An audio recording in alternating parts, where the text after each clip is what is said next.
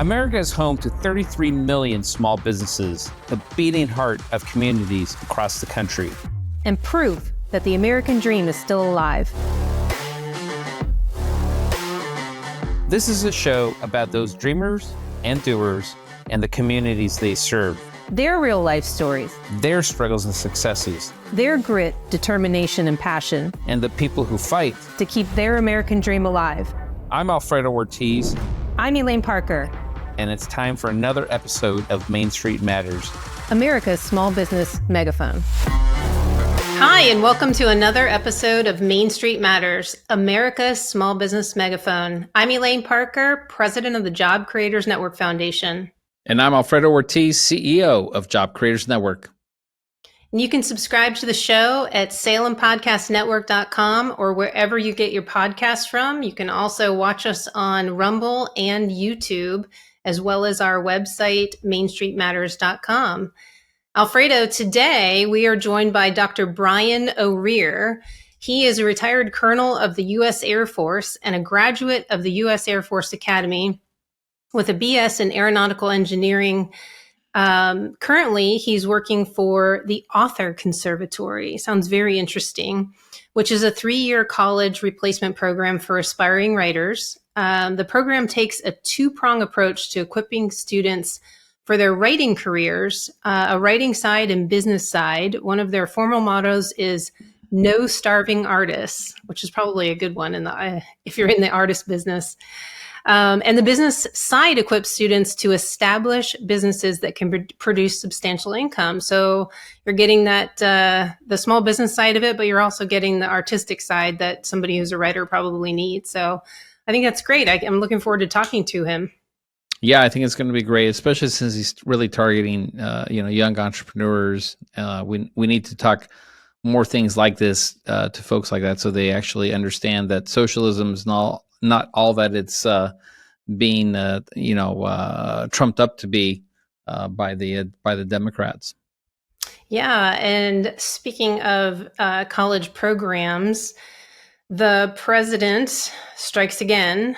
Monday, they announced a beta test on their new college bailout program because I don't think he got the memo from the Supreme Court that he doesn't have the authority to forgive college loan debt without Congress's input.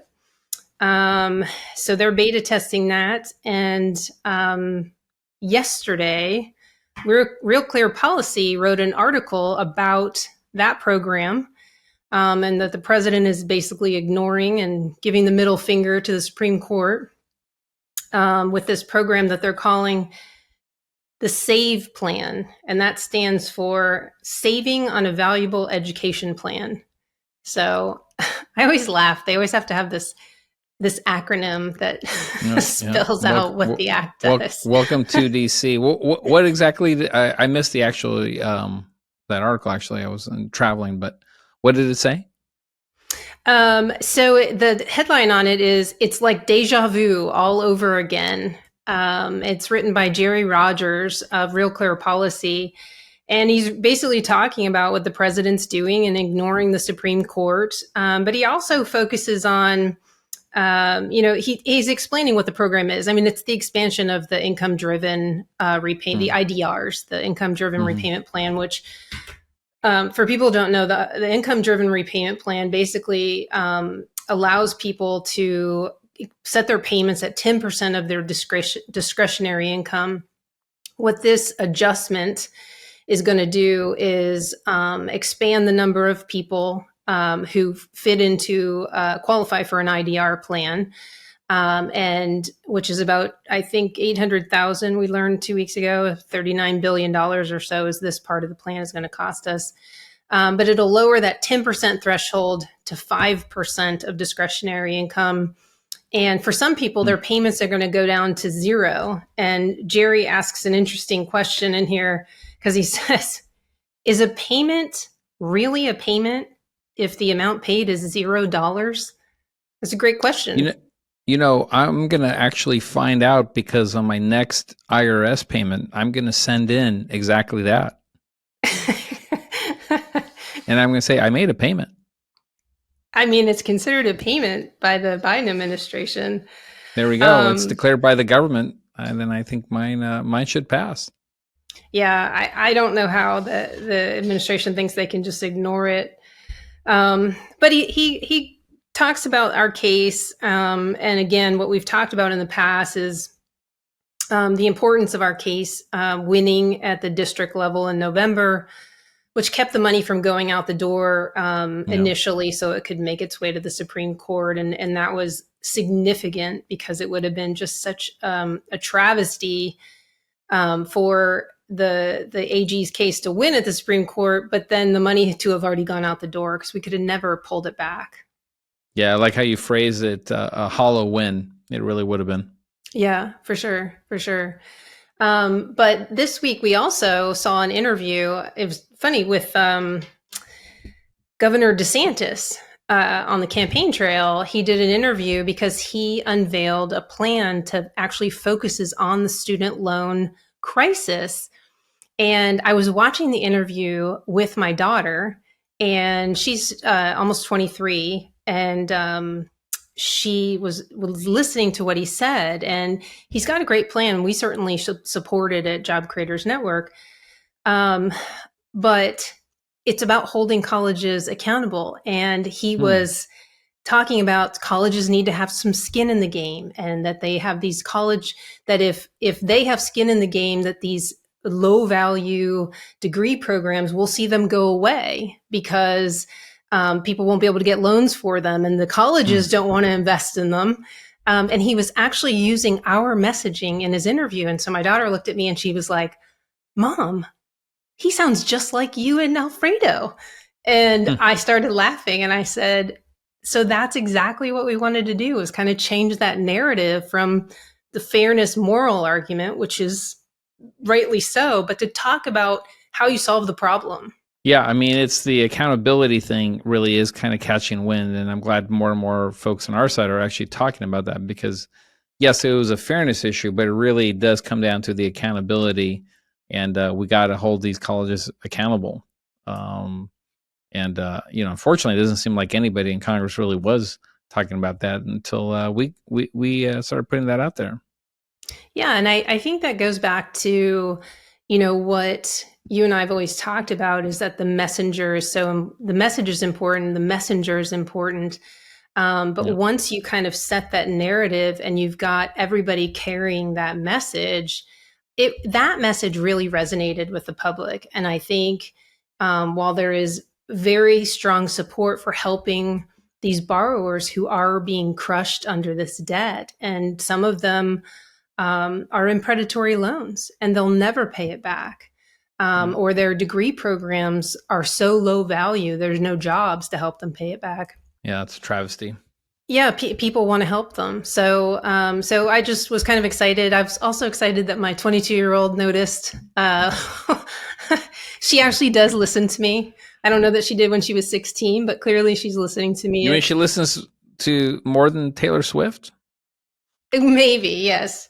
Maybe a little bit more than Taylor Swift, but I'm not sure. Because, Taylor Swift, I mean, we have all this conversation about Bidenomics, but it really is about Swiftonomics, because she actually did something about improving the economy with her road you're not show. Kidding.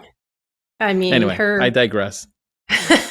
Her show has been very successful. I think it's been over $1 billion tour. So congrats to her. She's an incredible businesswoman. Hey folks, Elaine Parker here from Main Street Matters, America's small business megaphone. In a startling description, the UN food chief warned the world with the words, "knocking on famine's door." He called what we're facing a perfect storm of a perfect storm. And he's not alone. Barron's published a food shortage could be coming, even in the U.S. Farmers see it too. John Boyd Jr., a fourth-generation farmer, told Fox News that we're going to see empty food shelves in the coming months. That's why getting survival food is important than ever now. Create your own stockpile of the best-selling 4 Patriots survival food kits. It's not ordinary food. We're talking good for 25 years super survival food. hand-picked in a family-owned facility in the USA and giving jobs to over 200 Americans. They have different delicious breakfasts, lunches, dinners. You can make these meals in less than 20 minutes. Just add boiling water, simmer, and serve. And right now, for the next few days, listeners of the Main Street Matters podcast will get 10% off their first order at 4patriots.com by using the code STREET. Go to 4patriots.com and use the code STREET to get your stockpile today. Now it's time for our interview with Dr. Brian O'Rear. Dr. Brian O'Rear is working with, as I mentioned, the Author Conservatory, coaching young people 18 to 26 years old through starting a business and then growing it. Students are often surprised with the fundamental truth that the free market system is the best way to serve people. They guide and mentor students one-on-one through basic business initially and into more complex businesses. The practical application is far superior to college classes since the students in the conservatory are actually doing marketing, sales, bookkeeping, and all the other aspects of a small business that one needs to succeed. So that sounds pretty incredible. And like I always say, small business owners are the chief cook and bottle washer. So all of those things fit the description.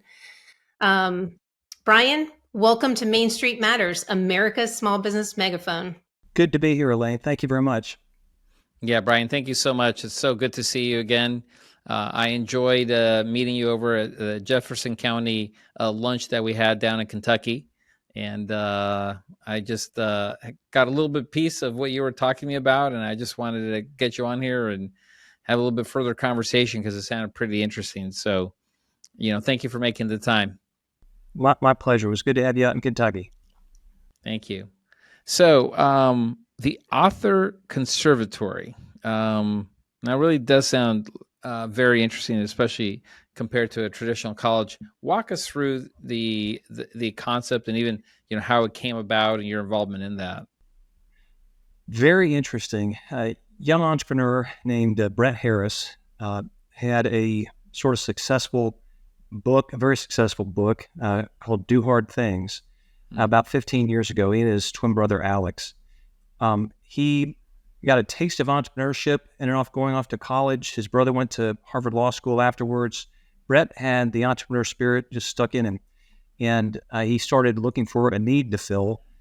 Really long story about with some health issues that his wife had as well, but he found himself in a position where going to a traditional job just wasn't going to work, and so he figured out how to make it in the marketplace. Identified a need, and the need was young authors, young writers who wanted to become published authors. He had had experience with that. He knew a lot of people in the industry, and so he decided to establish a school, basically, and it has evolved into what we now know as the Author Conservatory. It's a college alternative, a 3-year program. It has two prongs to it. One is the writing side, high-level published authors, very experienced one-on-one coaching. And the other side is, which is near and dear to Brett's heart and mine, is the entrepreneurship track. All the students do both. We don't want to have any starving artists, or in this case, no starving authors. And so we equip them with basic entrepreneurship skills so that they can either augment or even establish a stream of income so that they can pursue their dreams as a writer. It's a phenomenal. I just love being part of it. Now, I'm just curious, is that done in partnership, let's say, with another institution or anything, or is it just truly a standalone? It is a standalone right now. I would not at all be surprised if there are partnerships that evolve through the years, but we're only in year 3 of the Author Conservatory. By the way, for those out there who aren't familiar with the word conservatory, it is just ballet artists typically go to conservatories to refine their art, and so that is why they named it the conservatory.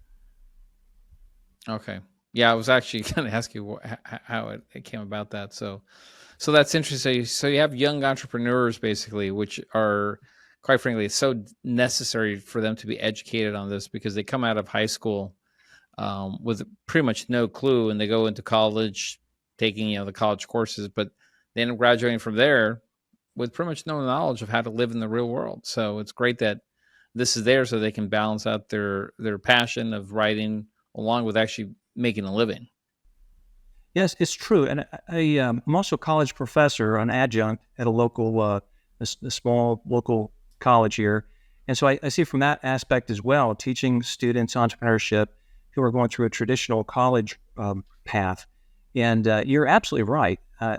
Students just generally don't even consider the thought of going out on their own, having a business, establishing a stream of income, growing a business into something substantial. And so I have the joy of introducing them, and a lot of times to that opportunity, and sometimes just coming alongside them as they start those ventures. Now, one more quick question that I have for you: do people have the option maybe of going to a traditional college and maybe the conservatory as well, or is that kind of an overwhelming feat and task for them to do? The conservatory is very rigorous, and so doing both at the same time would be very difficult. But we have many students who have, for example, already finished a bachelor's degree and maybe gotten a creative writing or an English degree, and then they decide, you know what, I need some of the practical skills and some of the more refined one-on-one coaching that the conservatory offers. Is this an online school? Is it virtual, or is it all in person? Yeah, it's really something. I've been involved in distance learning for, 13, 14 years. I also teach with professional military education for the Air Force. And I've been doing that online distance learning for a long time. And what I've observed is that as things have progressed, and video, like we're doing right now with the video and audio, we can be in different states, different countries. The possibilities are endless. The Author Conservatory leverages technology to connect people all over the world. We have students in Canada, Australia, the UK, Scotland, England. I mean, just all over the world. The English speakers, just out of necessity for the program, but and around the country as well. So yeah, it's distance learning. We do coaching frequently with the students, both on the entrepreneurship side and the writing side, where we get on coaching calls. We'll have 3 to 5 students with one coach, and we take them through the various lessons and coach them one-on-one that way. But we get together about every, year, once or twice a year. There are various writing conferences around the country. But for the most part, it's online, but it's not a traditional like online. I've done online learning and teaching as well, where you're just posting things. That's a limited use. This is much more involved. It is you're speaking to somebody regularly. You're getting updates regularly. Very very much like we're doing now. Not unusual now. In the COVID days sort of brought us into the Zoom and post Zoom world, and it's just natural for these students. It's just a part of life right now. Now, you are a retired colonel in the U.S. Air Force, so thank you for your service. But I read that you were drawn and always had understood the power of the free market, and you actually were a business owner. Tell us a little bit about your business that you owned. Really an interesting transition. When you get out of the military, you have an option to either work in the defense industry, or in my case, I could have flown for the airlines. My wife said, "Hey, I'm moving with the kids to Louisville, Kentucky, and you can join us if you want." And so I thought that was a good idea. So we picked location, and then I just decided to create my own job, so to speak. I knew I didn't know anything about business, and so I bought a franchise and established a franchise here in Louisville in an area. It's something I didn't know much about, but I knew that there was a need. And so as little as I knew about business, I knew that if I could identify a need and fill it well, then I'd have a winning combination. Or at least I thought I would. It was all theory at that point. Turns out it was true. It was right. And I love the competition. In the military, there's a lot of healthy competition amongst peers. In the business world, of course, there's healthy competition and sometimes very aggressive competition. But I established the business in 2009, our first full year is 2010, and I started hiring veterans as a way to give the guys who were returning from Iraq and Afghanistan an opportunity. I found that they were just not, their skills were not valued in the marketplace. And I knew What that kind of business was it? it was a home inspection business. Oh, And okay. so, yeah, so when people buy houses, you need your house inspected. Yes. And so, anyway, I hired these guys as a way to help them. It turned out helping me and the business. We established sort of a culture of sort of like a mini military culture where they just thrived. As I mentioned, in the marketplace here, it's not a military town. Their skills just weren't valued. And so, they'd apply and employers would have the attitude basically of, well, I don't need an infantryman. I understood that what that meant was a lot of discipline, a lot of grit, determination. And so I hired those guys, and man, we had a lot of success. Just put it that way. That's great. And you said that you bought into a franchise. Had you had exposure to franchise? I mean, we're huge advocates of the franchise industry, and we've got great partnerships with some of the franchise associations. Some of our members are franchisees, and our franchisors as well, actually. So both sides of the coin. But we believe in that system because you can be this small entrepreneur who has a vision, but you want to buy into that system that's there. The marketing is there, the brand is there, and it's kind of a ready-made business in a kit. That's exactly right. I knew had my skills as a pilot, as an officer, all the wonderful things I had done. I didn't know anything about business, so I didn't know a W-2 from a 1099. I had no idea. Payroll tax was a mystery to me. And so for me, the franchise idea was absolutely perfect because I had some skills. I had some leadership skills, some management experience. I was pretty good at strategic thinking and planning, but I needed somebody to sort of walk me through the ins and outs of not only the technical aspects of how to do that business, but also the quote unquote business side, the accounting, those sorts of things. So, a lot of people have a negative view of franchises, and it's true. There are some bad franchises out there. There are thousands of franchises, period. So there's bound to be some bad ones. Also some really good ones. And if you get connected with the right franchise, the symbiotic relationship between franchisee and franchisor, where both are working towards the same goal. The franchisor wants the franchisee to succeed because it's good for the whole system. That is a recipe for success. And that's what I found. So yeah, we had some great success with that, and ended up actually building the company up to be the number one in the country for that, and sold the company at the very beginning of 2018.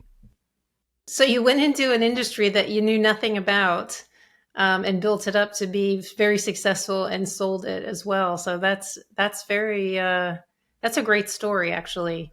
I was going to say the timing was good though, because with COVID, I think all home inspections stopped basically. They did for a time. The program called the PPP, the government helped. The government shut everybody down, and then the government paid for everybody because they shut everybody down. The guy that I sold it to, we still talk occasionally. He's still in business, and he's retained the number one ranking. It's out of about 150 franchisees, so it's not a small thing. But he's done very well. The guys have done well, but it was also because of the way we built it, the structure that we put in place for those 7-8 years that worked quite well. At the conservatory on the entrepreneur side, so you're bringing real world experience as a business owner to talk to them about how to run the business side of things. What types of things are you doing, and what types of what type of businesses are you preparing these students to work towards as authors? Well, eventually they all want to become published authors and work in somehow in the writing industry. Some of them come from backgrounds where they're funded well, or their parents have saved money for college and they spend some of it on the conservatory and they're set up well. Others are striking out on their own. They have to make a living for themselves and attempt to pursue this dream of writing. And so I give you that background because it's varied, the types of businesses that the students go into. Some do rather small things so that they still get the marketing skills, the sales, the networking, all of the types of skills that they will need as a young author.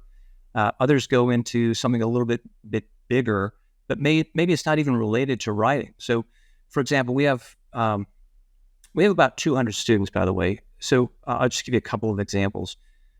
One of our students, his business is getting so big. He has a lawn care business, something, basic, something that you can do sort of out of high school. But we've guided him to be able to grow it in a way that he's actually taking a break for about 2 to 3 months from writing so that he can make hay while the sun's shining, so to speak, while it's summer. He's created quite a team and very successful there. We have others who are, there's a young woman who is a tutor for Latin. She has employees. We have others who have begun bringing on employees to do things in the writing industry, something called a life story, where they sit down with an older person and sort of chronicle their lives and present that as a finished product. That's been very successful. We have others who are doing things like house cleaning businesses, some very small. We have one young woman who has grown her business, multiple employees, and I don't know where she'll take it. She may end up selling the business and just reaping that reward, or managing it lightly in a year or two as she pursues her writing career and just continues to get the income from that. So tremendous variety of what the students are doing. And they don't all succeed, but financially, I would say they don't all succeed financially, but the lessons they're getting are phenomenal. I mean, the kind of things that most people don't get, most entrepreneurs don't get until they're much older and when they have a lot more sort of on the line, families at home, people to feed, take care of, pay a mortgage, that sort of thing. So these students are getting things, learning lessons relatively early in life. Now, most of these students don't have pretty much any business experience, right? When they come into the conservatory. That's generally true. There are a handful maybe who have. We've had a few that have come in with existing businesses, but they're relatively small. Typically, the people who enter our program that tend to be introverted, and they're writers, and so a lot of the business space is very much outside of their comfort zone, and so the personal growth that they experience is also tremendous. I love watching them sort of go through the tough steps that they have to get through to get to where they need to be, and celebrating the successes along the way. It's just very rewarding. Oh yeah. So I'm kind of curious. So these students that come in, I'm sure, especially since they had no business background whatsoever, most of them, must be kind of shocking for them to kind of go through this course. I mean, what's been the feedback, let's say, especially the first year from some of your students, kind of like what's the most shocking thing you've heard from them when they've given you feedback? They I wouldn't say shocking, but pretty much across the board, they're often surprised that the big scary thing that they thought was going to, devour them, when they approached that person and did a sales pitch, that didn't happen. It actually was okay. And so those are the sorts of stories that I never get tired of hearing, where they've confronted something that's very difficult. They've confronted a challenge, and they've persevered and had success. And sometimes, like I said, sometimes the success isn't even a sale. Often it is, but sometimes the success is I did that, and it's okay. And they learn and grow through it. Yeah, that's great. I mean, that's one of the things that now in terms of you've actually taught these classes as well, correct? Yes. I'm actually the head business coach for the Author Conservatory, and the course that I'm teaching right now in my college life is an entrepreneurship class as well. But they're different courses, of course. So I've always been curious about this. What do you think is the most difficult concept for them to understand? It's been surprising to me, and it may surprise you, but this is what it is. It's that they often enter with this idea that somehow making money and being in business is somehow taking advantage of others, and that's not right. And so they're not sure about if they're selling something, and is business really okay? And so we take them through. It's a Christian group, and so we take them through biblically how to care for other people and some basics about the free market system. And the free market system, as you well know, is the most compassionate economic system ever developed. The big winner in the free market system is the consumer. And as the business owner, if you're able to identify and fill a need that somebody's willing to pay for, fantastic. You're helping somebody out. You're not forcing anybody to pay for something. So that's part of it. The other part is just valuing their skills and their time appropriately. A lot of these students are 18 to 20 years old when they start. Some are older, but generally 18 to 20. And they haven't had the experience of, my time is worth something. It's not just working at Chick-fil-A or whatever. My time, my skills, my knowledge, that's worth something. And it's appropriate and it's fair for me to charge appropriately for that time. Yeah, that must actually be a very difficult concept for these kids because, a lot of them, maybe they've just left a part-time job. Like you said, at Chick-fil-A, $12, $13 an hour. And now they're actually in the real world where there's actually real income coming in and stuff. So that must be quite a shift for them.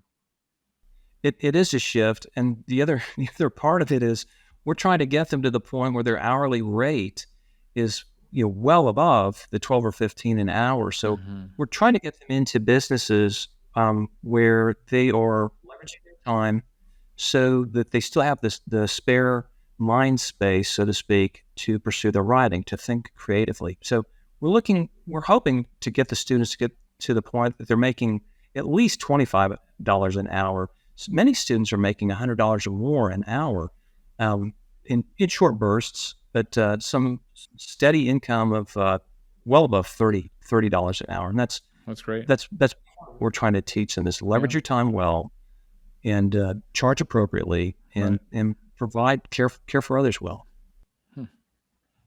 Have you actually seen this sort of aha moment from a student who maybe came in with that idea of socialism is better, and that business owners are inherently evil, that profits are inherently evil. And once they start going through the business side of of what an entrepreneur has to do, have you seen that transition where they kind of recognize that, it's limitless what you can do with capitalism, but it also isn't evil? Right. Actually, we see that all the time. One of the very first lessons is Brett teaches this lesson on basics of business basics, and he teaches about the free market system and capitalism and how the biblical ideals, biblical principles actually apply quite well to this. And the most common response for the students is mind blown, because they have to write these takeaways in response to what you get out of this lesson.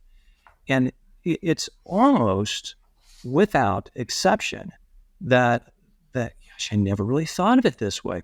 I will say this too. In my college teaching, it's the exact same thing. And I'm teaching juniors and seniors in college in a business program. And I still feel like it's this uphill struggle trying to teach them, guys, socialism has been tried. It doesn't work. Free market, that's where it's at. It works, and this is why. So the other professors and I all sort of band together and try to continue to make free market evangelists of these students, so that when they go out, the truth is we value things that the free market produces. The vehicles, your house, your computer. I mean, everything that you use or you consume, more than likely we paid somebody money for. and a company risked and invested and produced. So, but yeah, the answer is yes, and it's maddeningly widespread. This idea that socialism is somehow kind, and socialism is somehow compassionate, when the exact opposite is the truth. So it's frustrating at times, but particularly in the conservatory, I feel like I've got a direct line into these students to help them learn. Do you get any blowback from traditional colleges and universities on what you're teaching and how you're teaching it? Haven't heard any. I've had some students, and I'm talking with from my college students. I've had some severe pushback from some of them, but they've been steeped in these ideas. Most of the students in the Author Conservatory come from, actually most of the students that I teach in my college courses too, come from fairly conservative families. However, sometimes moms and dads don't or haven't taken the time to teach economic lessons, financial lessons, or maybe they don't know. I'm not sure. But the economic principles of our country are so vital to our future success. And I do worry sometimes that we're losing that, either by neglect or by just sort of giving up to the left and the socialist influence. Now, Brian, you mentioned that free enterprise and capitalism has roots basically that have kind of a biblical basically backing. I think I probably paraphrased that not as eloquently as you had, but can you walk us through that a little bit more, help us understand that? Sure. Well, I'll tell you, probably the easiest thing to think of is property rights. All throughout the Old Testament, the New Testament as well, property rights are very, very important.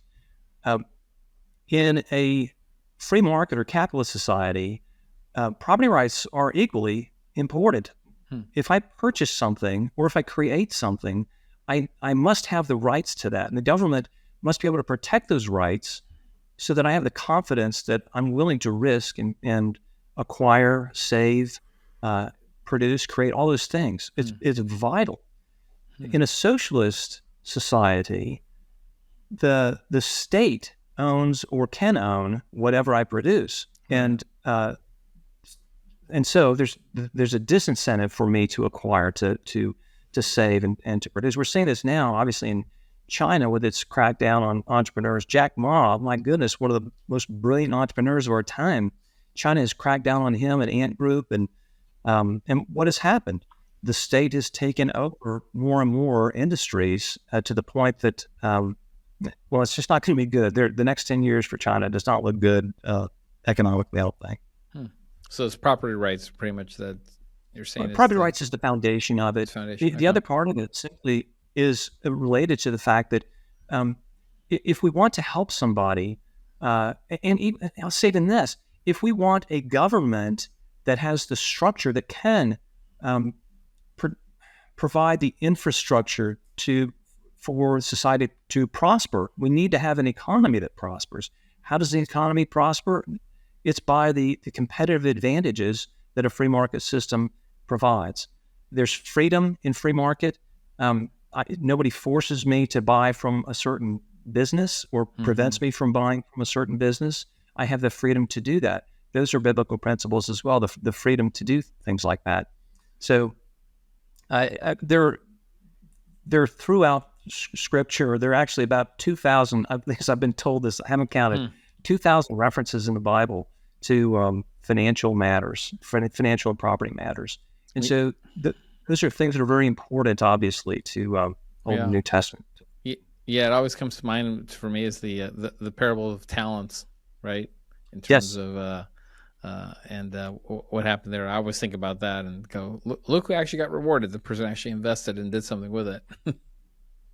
That's an excellent one. That often people will throw back, the rich young ruler, Jesus told the rich young ruler to give everything he had. And if you look at that, that is more about the heart. And we do teach the students very carefully, we're not pursuing money. We don't want you to pursue money. The pursuit of money is empty. That's not it. So we're trying to establish businesses that, money's a tool that help you along your journey to to think and to write and to support yourself and your family, those sorts of things. Now, Brian, I'm very, very curious about this one, though. Do you teach the principle of tithing? Not in, we leave that to the students, parents, and their families. Gotcha. So, yeah, I've personally experienced the joy of that in my early 20s. I was anyway. That idea, that principle, helped sort of relieve me from a lot of from focusing on money and realizing that it really wasn't my money anyway. It was entrusted to me, and I was to make good choices with it. And anyway, that helped me. Yeah. Well, I've got a little funny story about that one, though, for folks who know what tithing is about. But basically, you give 10% of what you own, of what you make, back to God. I questioned that. And I asked my pastor, I said, well, I just don't understand that. And go, first of all, is it off of my gross profits? I mean, my gross revenues, or is it off of my net revenues or net profit? And he goes, I don't know. It depends on what you want. You want gross blessings or net blessings? So, yeah, I thought that was a funny story. Yeah, that'd be tough off of gross. Yeah. 10% off of gross, not a lot of margin left. Exactly. That's a great story. Actually, I've heard you tell that before, and it always makes me chuckle. Well, Brian, how can any of our listeners and viewers find out more information about the Author Conservatory? Well, thank you for asking that, Elaine. Just go to the authorconservatory.com and check it out. They can, I don't know if I can give my email here or not, but anybody can contact me as well. I'd be happy to chat with them. We have sort of a revolving admission process. About 1 in 5 students who apply are admitted, but we're hopefully going to be growing our program in the very near future. So that may improve. Well, it sounds like a great program. So I do hope that you start seeing the uptick that you deserve and want. Well, thank you very much. It's been very rewarding to see, and we cheer the students along and revel in their successes and cry with them when they hurt. That's great. Well, thanks again so much for taking the time to join us on Main Street Matters, America's Small Business Megaphone. You can subscribe to the show on salempodcastnetwork.com or wherever you get your podcasts from. And we put out a new episode every Wednesday and Thursday. Thanks, everyone.